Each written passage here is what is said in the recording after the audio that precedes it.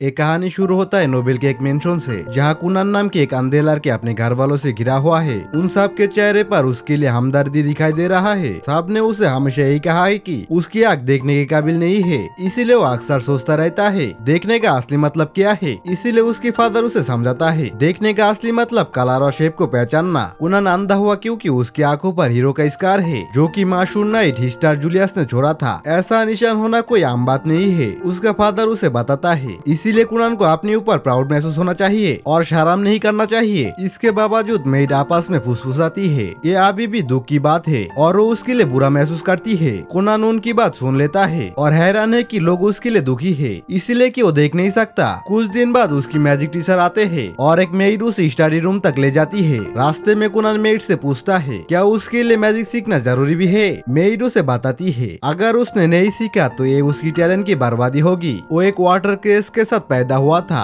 और magic use कर पाना एक बहुत बड़ी टैलेंट है, एक प्राउड की बात है जिसे उसको सीरियसली लेना चाहिए। लेकिन कुनान को इसका कोई फायदा नहीं दिखता। अगर वो मैजिक सीख भी लिया तब भी वो किसी की मदद के बिना कहीं जा नहीं पाएगा। जब वो स्टडी रूम पहुंचता है तो उसका इंट्रोडक्शन उसकी मैजिक टीचर जेनी से होता है। जेनी कहती है कि मैजिक सीखना उसके लिए सम्मान की बात है। थोड़ी देर बाद वो अपनी लेसन शुरू करती है और कुनान इसमें नेचुरल लगता है। वो पहले कोशिश में ही अपना स्पेल कास्ट करने में कामयाब रहता है और वाटर की एक बॉल बनाता है। क्योंकि कुनान देख नहीं सकता, उसे नहीं पता कि स्पेल कैसा दिखता है। जेनी बताती है कि उसका वाटर बॉल आई बॉल की साइज का है। ये बात सुनकर अचानक कुनान को एक आइडिया आता है, अगर वो मैजिक में काफी अच्छा हो गया तो शायद वो अपनी पावर की मदद से नए आंखें बना सके। उस दिन से कुनान को एक उम्मीद मिली थी कि मैजिक की जरिए वो एक दिन सबकी तरह कलर और शेप को देख पाएगा। एक दिन लंच की टाइम पहली बार कुनान को क्यूरियोसिटी होता है कि उसकी सैंडविच में क्या चीज है। मेड उसके पास आती है और हर चीज के बारे में डिटेल में समझाती है। कुनान को खाने में इंटरेस्ट लेते हुए देखकर खाना बनाने वाला मेड के लिए और भी ज्यादा रिवार्डिंग महसूस होता है। लंच के बाद उसकी ट्यूटर फेलोरा उससे मिलती है और पूछती है आज वो कौन सी कहानी सुनना चाहता है। कुनान कहता है कि वो माशूम नाइट हिस्टर जूलिया के बारे में सुनना चाहता है। फ्लोरा ये सुनकर हिचकिचाती है क्योंकि वो जानती है कि कुनान के अंधेपन के लिए हिस्टर जिम्मेदार है। मेड उसे हिचकिचाते हुए देखकर थम्स अप देती है और कहती है कि सब कुछ ठीक होगा। फ्लोरा मान जाती है और कुनान से कहती है कि अगर कहानी ज्यादा डिस्टर्बिंग लगे तो उसे बता दे। कुनान वादा करता है कि उसे बुरा नहीं लगेगा क्योंकि वो हर तरीके का जानकारी जानने के लिए उत्सुक है। तब फ्लोरा कहानी शुरू करती है तो कुनान को पता चलता है कि बहुत पहले हीरोज और डिमोन लॉर्ड के बीच जंग हुई थी। इस कॉन्टिनेंट का हीरो हिस्टर ने डिमोन लॉर्ड को हरा दिया था, पर उस लड़ाई में उसने अपने एक हाथ और एक पैर खो दिया था। उस जंग के बाद से कभी कभी हीरो की वंशज किसी न किसी आंख या आंखों की रोशनी के बिना पैदा होता है। लोग इन बच्चों को हीरो की रिइंकार्नेशन या हीरो स्कार कहता है। ये सब सुनने के बाद भी कुनान चुपचाप सोचता है कि ये सब बकवास है। वो जानता है कि ये उसकी जिंदगी है और सबसे जरूरी उसकी मैजिकल पावर है। उसे किसी और की कहानी या हीरो की लेगेसी से पहचानने की जरूरत नहीं है। उसका मैजिक ही उसका फ्यूचर बनाएगा, ना कि हीरो की निशान से जुड़ी पुरानी बातें। वो पक्का इरादा कर लेता है कि वो मैजिक की मदद से पॉपुलर बनेगा और अपने लिए आग बनाएगा।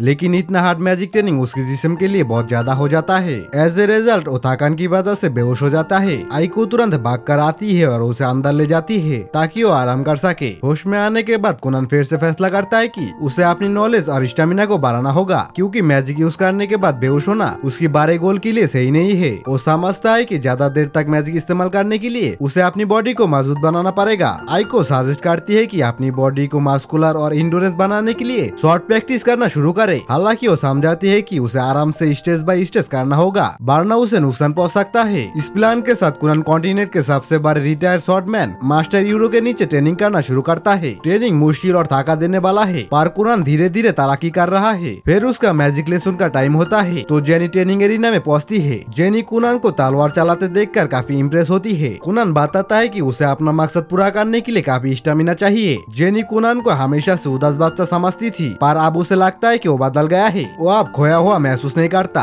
बल्कि उसके पास अब आगे बढ़ने का वजह है। वो मैजिक क्लास शुरू करता है और जेनी पिछला स्पेल रिपीट करने का कहता है। पहले कुनान सिर्फ एक बॉल बना सकता था, पर अब वो 6 या 7 बॉल बना सकता है। जेनी को इस पर यकीन नहीं आता क्योंकि उसने उससे नया कुछ सिखाया नहीं था। फिर भी उसने खुद से इतना ज्यादा इम्प्रूव कर लिया। उस दोपहर प्रिंसेस मीरा जो कुनान की पियोन से है उसे मिलने आने वाली है। वो मुलाकात करने को लेकर हिचकिचाती है क्योंकि उसे कुनान हमेशा उदास लगता है। वो जानती है कि पॉलिटिकल मैरिज उसकी ड्यूटी है, पर ऐसे दूर रहने वाला शख्स के साथ जिंदगी बिताना मुश्किल लग रहा था। जब वो मेन शूट पहुंचती है तो उसे तुरंत बदलाव दिखता है। कुनान में एक नया एनर्जी है और वो उसके साथ बहुत अच्छी तरीके से बात करता है। वो उसे अपना वाटर मैजिक दिखाता है और मीरा को ये बहुत इंटरेस्टिंग लगता है। वो पूरे दिन एक साथ बिताते हैं और उनका टाइम बहुत अच्छा गुजरता है। घर वापस जाते टाइम मीरा उसके बारे में सोचकर शर्मा जाती है और अगले मुलाकात का इंतजार करती है। दूसरी तरफ कुनन को एहसास होता है कि शायद उसने मीरा को इतना टाइम से हल्के में लिया था, इसीलिए वो फ्लोरा के पास जाता है और कहता है कि उसे एक प्रॉपर जेंटलमैन बनाना सिखाए जो मीरा के लायक हो। रात को जेनी कुनन की प्रोग्रेस के बारे में सोचती है और हैरान है कि उसने 7 वाटर बॉल कैसे बनाया। ये ऐसी चीज है जो जेनी खुद भी नहीं कर सकती। कुनन ने एलिमेंटरी वाटर मैजिक मास्टर कर लिया है। अब उसे सिखाने के लिए जेनी के पास कुछ खास नहीं बचा,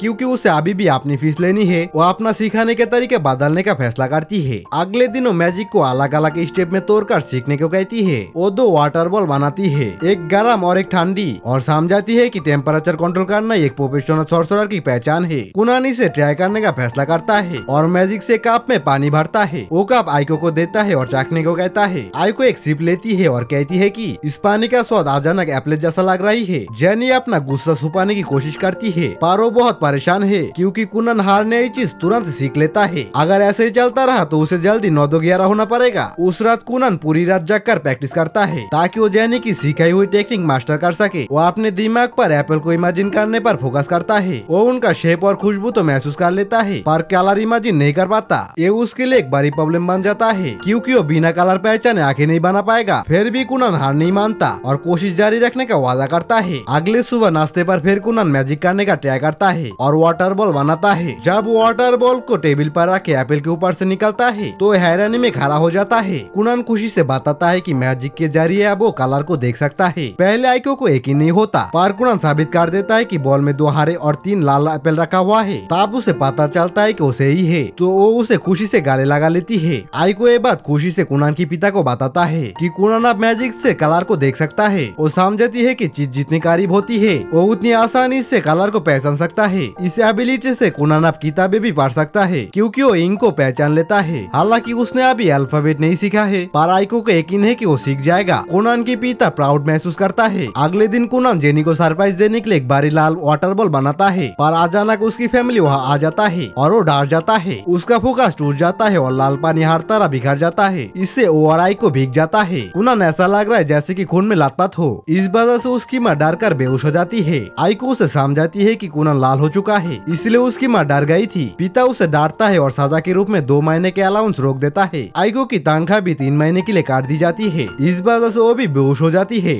जेनी ये सब झाड़ियों के पीछे से देख रही है और उसे एहसास होता है कि कुनन बहुत टैलेंटेड है। उसे लगता है कि एक दिन कुनन कैरोलियन सॉर्सरर का सबसे बड़ा टाइटल हासिल करेगा। कुछ दिन बाद कुनन की फादर कुनन की बड़े भाई को कहता है कि वो कुनन को स्कूल भेजना चाहता है। भाई इचियो कहता है कि कुनन ने कभी बाहर की दुनिया नहीं देखी, पर पिता चाहते हैं कि वो बाहर की दुनिया में एडजस्ट करना सीखे। इचियो को अपना बचपन याद आता है जब वो कुनन को खेलने के लिए ले गया था और खुद गिर गया था। वो अपनी डर को छुपाता है और पिता से वादा करता है कि वो अपने भाई का पूरा ख्याल रखेगा। अगले दिन आई को देखता है कि कुनन पानी के साथ कुछ कर रहा है। वो बताता है कि उसने इस मैजिक से एक फॉर्च्यून टेलिंग डिवाइस बना दिया है। दोनों मजाक मस्ती करते हैं और फ्लोरा सोचती है कि क्या कुनन को मजाक सिखाना सही था। फिर भी वो खुश है क्योंकि कुनन अब पहले से ज्यादा मुस्कुरा रहा है। ट्रेनिंग के बाद आइको कुनन को बाहर ले जाता है। ठंड लगने पर वो कुनन से गर्म वाटर बॉल बनाने को कहता है। कुनन थोड़ा सा परेशान है क्योंकि उसके पिता ने उसे इतनी रात को क्यों बुलाया। वो मेन स्ट्रीट पहुंचता है जहाँ बटलर बेलून उसका स्वागत करता है। कुनन के भाई उसे पिता के कमरे की तरफ ले जाता है। भाई पूछता है कि क्या उसे रास्ता दिखाने में मदद चाहिए, पर कुनन मना कर देता है क्योंकि अब वो आसपास की चीज सेंस कर सकता है। कमरे में उसके माँ बाप इंतजार कर रहा है। पिता पूछता है क्या वो स्कूल जाना चाहता है, पर कुनन मना कर देता है क्योंकि वो दूसरे पर बोझ नहीं बनना चाहता। पिता समझाता है नोबेल बच्चों के लिए स्कूल जाना जरूरी है और उन्होंने एम्परर से स्पेशल परमिशन ली थी। कुनन को लगता है ये नेपोटिज्म है, पर पिता उससे फिर से सोचने को कहता है। कुनन सवाल टाल देता है और अपना अलाउंस वापस मांगता है। फिर पिता समझाता है कि उसे मीरा के लिए स्कूल जाना होगा। अगर वो अनपढ़ रहा तो लोग मीरा का मजाक उड़ाएगा। ये सुनकर कुनन मान जाता है। पिता समझाता है कि उसे सिर्फ साल में 5 बार एग्जाम के लिए जाना होगा, ग्रेजुएशन सर्टिफिकेट लेने के लिए। उसका भाई और मीरा सीनियर्स होंगे तो वो लोग उसका मदद करेगा। उसका माँ एक्साइटेड होती है और उसकी यूनिफॉर्म के लिए नापने ले चली जाती है। पिता बड़े भाई को वार्न करता है कि बाकी नोबेल्स कुनन को परेशान कर सकता है, तो उसका ख्याल रखना। अगले दिन कुनन मीरा को बताता है कि वो स्कूल जा रहा है और मीरा बहुत खुश होती है। कुनन थोड़ा डरा हुआ है, पर मीरा उसका ख्याल रखने का वादा करता है। मीरा बताती है कि स्कूल में 5 लड़कों ने उसमें इंटरेस्ट दिखाई है, जिससे कुनन को लगता है कि उसे चलने वाले टीनेजर्स से निपटना होगा। कुनान स्कूल यूनिफॉर्म पहनता है और कैरेज में बैठता है। जाने से पहले वो मैजिक स्पेल से कैरेज की टायर पर एक कॉशनिंग जेल लगा देता है ताकि सफर आरामदायक हो।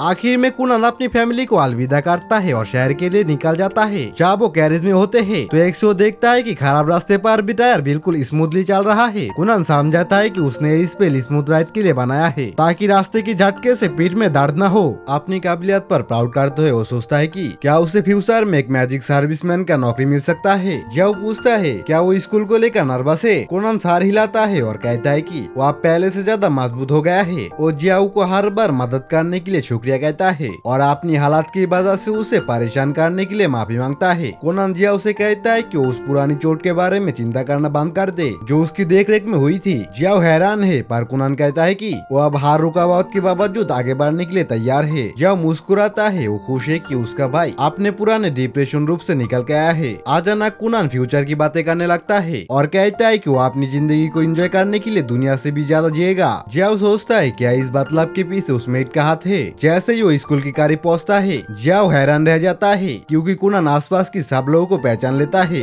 जल्दी वो स्कूल की बिल्डिंग की बाहर पहुंचता है जहाँ कुनान कैरेज से बाहर निकलता है। मीरा अपने पियोंसे से मिलने भागती है जो उसकी खूबसूरती की तारीफ करने लगता है। मीरा मुस्कुराती है और उसका मजाक वापस करती है जिससे जियाओ पूरी तरह डम रह जाता है। मीरा कुनान को अंदर ले जाने के लिए मुड़ती है पर वो अपनी जगह खड़ा रहता है। मीरा कॉन्फ्यूज होती है पर कुनान बिल्डिंग के अंदर से आने वाली सारी आवाज पर ध्यान दे रहा है। इतने सारे लोगों का सामना करने पर वो थोड़ा प्रेशर महसूस करता है पर इस बार उसे यकीन है कि वो इसे संभाल लेगा। जब वो मेंटली तैयार हो जाता है तो कुनान अपना हाथ मीरा की तरफ बढ़ाता है। वो उसे एक डेलिकेट गर्ल की तरह स्कॉट करने को कहता है और मीरा मुस्कुरा कर मान जाती है। इसी बीच स्कूल के दूसरे हिस्से में कुनान की स्पेशल टीचर का सोच रहा है कि उसका नया स्टूडेंट अभी तक क्यों नहीं आया। ये जानते हुए कि कुनान एक मार्कुस का बेटा है वो खुद पर शक करता है कि क्या वो उसे सिखाने की काबिल है। तभी काश अपने आसपास की लड़कियों को एक नया हैंडसम स्टूडेंट के बारे में बात करते हुए सुनती है। कुनान अपनी पियोंसे के साथ वहाँ से निकल रहा होता है। काश जल्दी से खुद को संभालती है और अपना इंट्रोडक्शन उसकी नया टीचर के रूप में देती है। कुनान उसका स्वागत एक लड़की की तरह करता है और समझाता है कि वो एक नाजुक लड़की का रोल प्ले कर रहा है। इससे काश पूरी तरह दांग रह जाता है पर स्कूल की घंटी उसे उस ऑकवर्ड सिचुएशन से बचा लेता है। फिर मीरा और ऋषि को कुनान को उसकी टीचर के साथ छोड़कर अपनी क्लास में चले जाते हैं। उनके जाने के बाद काश सोचती है कि इस अजीब स्टूडेंट के साथ उसे काफी मेहनत करनी पड़ेगी। कुछ स्टूडेंट कुनान को खिड़की से देखते हुए बातें करते हैं कि कुनान के पास हीरो स्कार है। ये सुनकर प्रिंस गुस्सा हो जाता है। प्रिंस लोयल का एक गुस्सा देखकर उसके चमचे तुरंत तारीफों की झूठी गालियों में बदल देते हैं। फिर प्रिंस मुड़ता है और अपने ग्रुप को अपने साथ चलने को कहता है। इसी बीच काश एक प्राइवेट रूम में कुनान का एडवांसमेंट एग्जाम लेने का तैयारी करती है। वो कुनान से पूछती है कि क्या उसे एग्जाम का आइडिया है तो वो हाँ कहता है। काश समझाती है कि आमतौर पर एग्जाम में काफी गैप होते हैं पर कुनान को कम टाइम के अंदर ही एग्जाम देना होगा। कुनान कॉन्फ्यूज होता है तो वो बताती है कि उसके पिता ने किंग से बात करके अपनी बेटे के लिए स्पेशल इजाजत ली है। कुनान बताता है कि दरअसल उसके फादर और किंग बेस्ट फ्रेंड है। हालांकि उसे बुरा लगता है कि उसके पिता को उसके लिए नेपोटिज्म का सहारा लेना पड़ा। कुनान काश से माफी मांगता है कि उसकी वजह से स्कूल पर प्रेशर दिया गया पर वो इसे इग्नोर करने की नाटक करती है। फिर भी वो रुकता नहीं और नोबेल सोसाइटी में फैला भ्रष्टाचार की शिकायत करने लगता है। काश चुपचाप उसे एग्जाम पेपर पकड़ा देती है ताकि उसका ध्यान भटक जाए। कुनान इसे इग्नोर करके अपनी करप्ट बाप को बुरा भला कहने लगता है। आखिरी में काश उससे रिक्वेस्ट करती है कि उसे इन बारे लोगों की पॉलिटिक्स के अंदर ना घसीटे। थोड़ी देर बाद वो कुनान की पेपर चेक करने बैठती है क्योंकि कुनान इतनी बातें कर रहा था। काश को लग रहा था कि उसके पेपर बेकार होंगे पर जब वो चेक करती है तो हैरान रह जाती है क्योंकि उसके सारे आंसर राइट है। काही और कुनान मीरा के साथ लंच करने के लिए कैफेटेरिया में जाता है। अचानक प्रिंस लेयल और उसकी ग्रुप उन्हें रोक लेता है। लेयल अपनी बहन को बुलाता है जिससे वो घबरा कर अपने कपड़े ठीक करने लगती है। कुनान पूछता है कि किसने उसे रोका है और लेयल का सामना करता है। पीछे से इशी को आता है और देखता है कि एक नोबेल फैमिली के मेंबर उसकी भाई को परेशान कर रहा है। लेयल कुनान को उसके अंधेपन की वजह से इंसल्ट करता है और कहता है कि वो उसकी बहन की लायक नहीं है। मीरा को बुरा लगता है पर वो अपनी बड़े भाई के खिलाफ बोलने में कमजोर महसूस करती है। कुनान उसकी परेशानी समझ जाता है और लेयल को सजा देने के लिए तैयार हो जाता है। इससे पहले कि वो कुछ करे इसी को बीच बचाव करने की कोशिश करता है पर लेयल गुस्सा हो जाता है और उसे रास्ते से हटने के लिए कहता है। तब इशी को खुद को फंसा हुआ महसूस करता है तो कुनान चुपचाप मैजिक से आसपास की पानी को इकट्ठा करता है। वो उस पानी को लेयल की पैंट की तरफ मोड़ देता है जिससे ऐसा लगता है कि उसने पैंट में सुसु कर दिया है। कुनान मासूमियत से कहता है कि प्रिंस के पैंट पर गीला निशान किस चीज का है